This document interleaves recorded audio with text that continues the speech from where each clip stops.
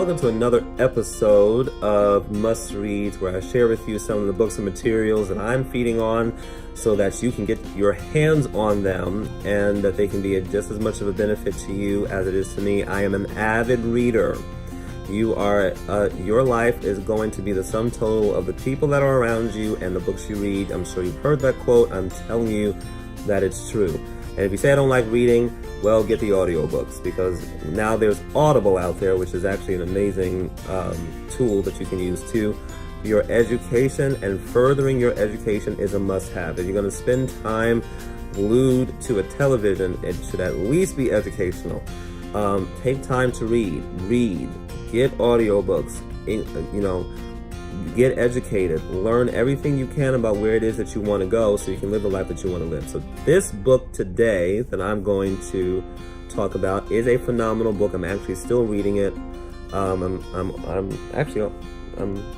not almost through, but I'm working my way through. It is called Like A Bawse. Phenomenal book. This woman, Lilly, Singh. I should know how to say her last name, but I don't. I'm going to work on that. But anyway, phenomenal book about leadership, about taking ownership for your life, about being the person that God has made you to be, and it has a lot of practical tools in here. Two things that I love about her, and that I love about her book, is that her personality comes through the book like nobody's business. Her personality is on every single page. She has some of the most colorful and some of the most phenomenal pictures and stuff here. She is a YouTuber, actually, and that's where she landed a day. I mean, how many books do you actually see where you actually get to see pictures like that, that are not for kids? It's phenomenal. Anyway, she's a YouTuber.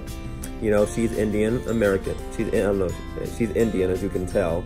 And there was a pre-planned path for her to go down that her family expected her to go down. She was going that way, and it really just wasn't working out for her. It was making her miserable. She went into a deep bout of depression, and she had to do something. So she started making YouTube videos and knew that was what she was supposed to be doing. And today she is an extreme success, a phenomenal female entrepreneur, living the dreams that she's had in her heart and is seeing things manifest. And this book paints a phenomenal picture, and it's like a step-by-step guide into that. And I like the book for two main reasons. One, she is so hysterical. She is hilarious. I laugh out loud, literally, not just emoji, but I literally laugh out loud as I'm listening to her, as I'm reading the book.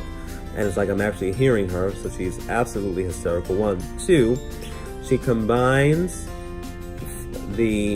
what the self-development industry refers to as, things like visualization and going after your dreams and setting goals.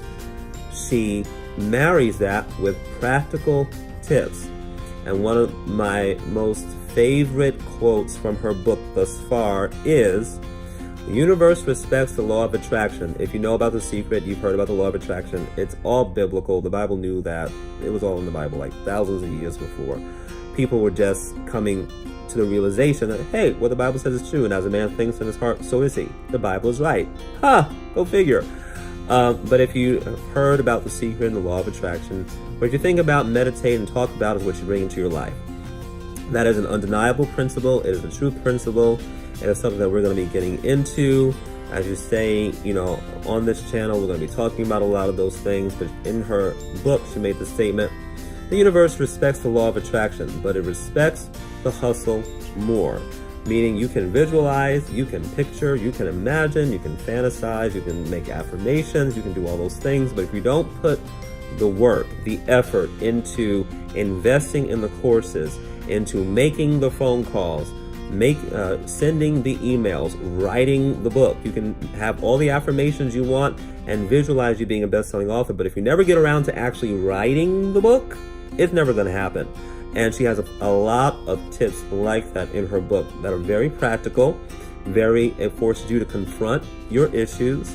It forces you to look at the things in your life that you might need to improve on and work on, and how to do it.